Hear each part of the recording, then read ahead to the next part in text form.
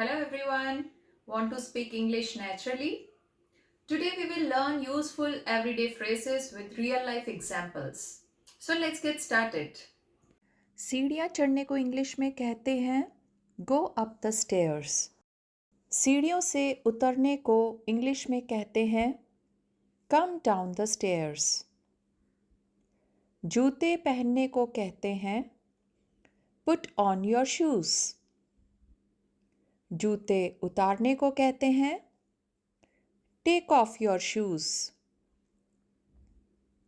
कमीज की स्लीव्स ऊपर करने को कहते हैं रोल अप द स्लीव्स। और स्लीव्स नीचे करने को कहते हैं roll down the sleeves. Jacket की जिप को लगाने को कहते हैं zip up the jacket. Zip खोलने को कहते हैं अनजिप द जैकेट। कपड़ों के बटन लगाने को कहते हैं बटन अप द शर्ट और जैकेट।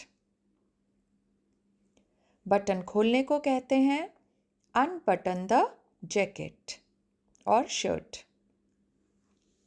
लाइट जलाने को कहते हैं स्विच ऑन द लाइट।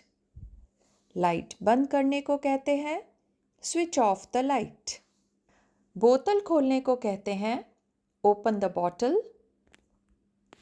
बोतल बंद करने को कहते हैं क्लोज द बॉटल। बोतल हिलाने को कहते हैं शेक द बॉटल। बोतल पकड़ने को कहते हैं होल्ड द बॉटल।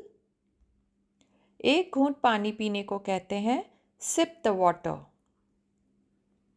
पानी को गिलास में डालने को कहते हैं पोर द वाटर। पानी गिर जाने को कहते हैं स्पिल द वाटर।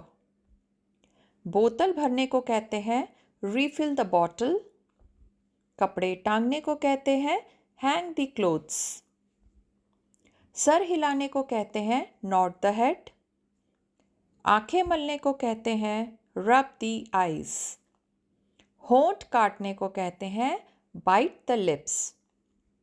फोन उठाने को कहते हैं pick up the phone. Phone नीचे रखने को कहते हैं पुट डाउन द फोन। पर्दा लगाने को कहते हैं ड्रॉ द कर्टेन। पर्दा हटाने को कहते हैं अनड्रॉ द कर्टेन या ओपन द कर्टेन। सीधे बैठने को कहते हैं सिट अप। पीछे आराम से बैठने को कहते हैं लीन बैक। एक पैर के ऊपर दूसरा पैर रखने को कहते हैं क्रॉस द लेग्स।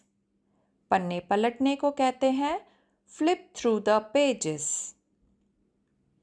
उंगलियों से हल्के हल्के थपथपाने को कहते हैं टैप द फिंगर्स।